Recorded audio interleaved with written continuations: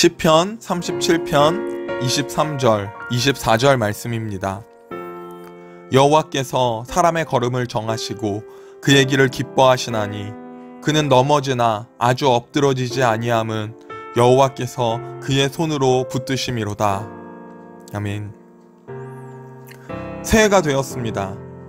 우리는 모두 지난 해를 아쉬워하며 새로운 한 해를 계획합니다. 지금 내가 걷는 걸음을 보며 느끼는 것은 모든 것이 내 계획대로 되지 않는다는 것입니다. 때로는 내 부족함 때문입니다. 때로는 내가 알 수 없는 상황도 있습니다. 그러면 후회도 하고 원망도 합니다. 그런데 지금까지 걸어온 길을 돌아보면 하나님이 나를 인도하셨다는 것을 고백하게 됩니다. 그러므로 다시 걷습니다. 지금에 실망하고 힘들어도 걷습니다. 아브라함이 고향을 떠납니다. 갈 바를 알지 못하고 걷는 걸음이었습니다. 단지 하나님의 약속 하나 붙잡고 신뢰하며 걷습니다. 하나님은 아브라함을 통해 민족을 이루시는 계획을 가지고 계셨습니다. 하나님의 약속을 이루기 위해서는 아브라함이 아들을 낳는 것이 가장 중요한 것 같습니다. 그러므로 아브라함은 사라의 몸종 하갈을 통해 이스마엘을 낳습니다. 그런데 이것은 하나님의 계획이 아니었습니다. 하나님은 그것을 기뻐하지 않으셨습니다. 하나님의 뜻을 이루기 위한 아브라함의 싸움은 아들을 낳는 싸움인 것처럼 보이지만 아닙니다. 아브라함의 싸움은 하나님을 신뢰하는 싸움이었습니다. 아들을 낳고 못 낳고가 중요한 게 아닙니다. 믿음이 중요한 것입니다. 그러므로 하나님은 아브라함이 사라의 태가 끊어져 바랄 수 없는 상황에까지 가게 하셨습니다. 그때 아브라함은 하나님을 신뢰합니다. 그리고 사라를 통해 약속의 아들 이삭을 낳게 하셨습니다. 로마서 4장 18절 말씀입니다. 아브라함이 바랄 수 없는 중에 바라고 믿었으니 이는 내 후손이 이같으리라 하신 말씀대로 많은 민족의 조상이 되게 하려 하심이라. 아멘. 바랄 수 없는 상황에서 바라고 믿었습니다.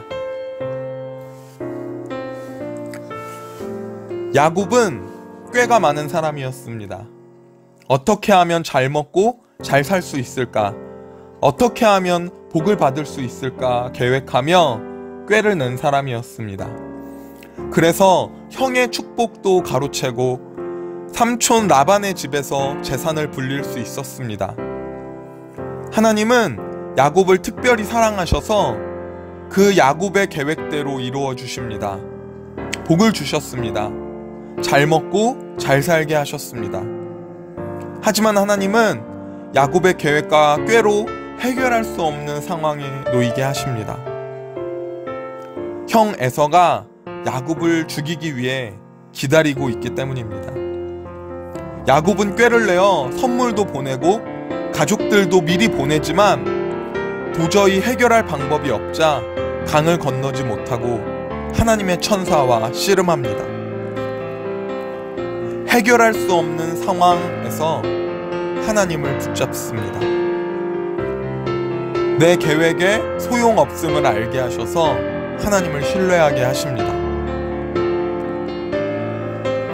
내 꾀와 하나님의 계획은 다릅니다. 내 생각대로 가지 못했다고 해서 잘못 가고 있는 것이 아닙니다. 영원을 사시는 하나님 편에서는 그 길이 빠른 길입니다. 오늘을 걷는 우리에게 필요한 한 가지는 신뢰입니다. 야곱처럼 걷는 길이든 아브라함처럼 알지 못하고 걷는 길이든 하나님이 걷게 하신 길이라면 담대히 걸어가십시오. 하나님은 하나님의 계획을 이루어 가십니다. 불안함 속에 두렵지만 꾀가 많은 내 자신이 부끄럽지만 하나님이 인도하십니다. 하나님께서는 우리의 걸음을 정하셨습니다. 그리고 그 길을 기뻐하십니다.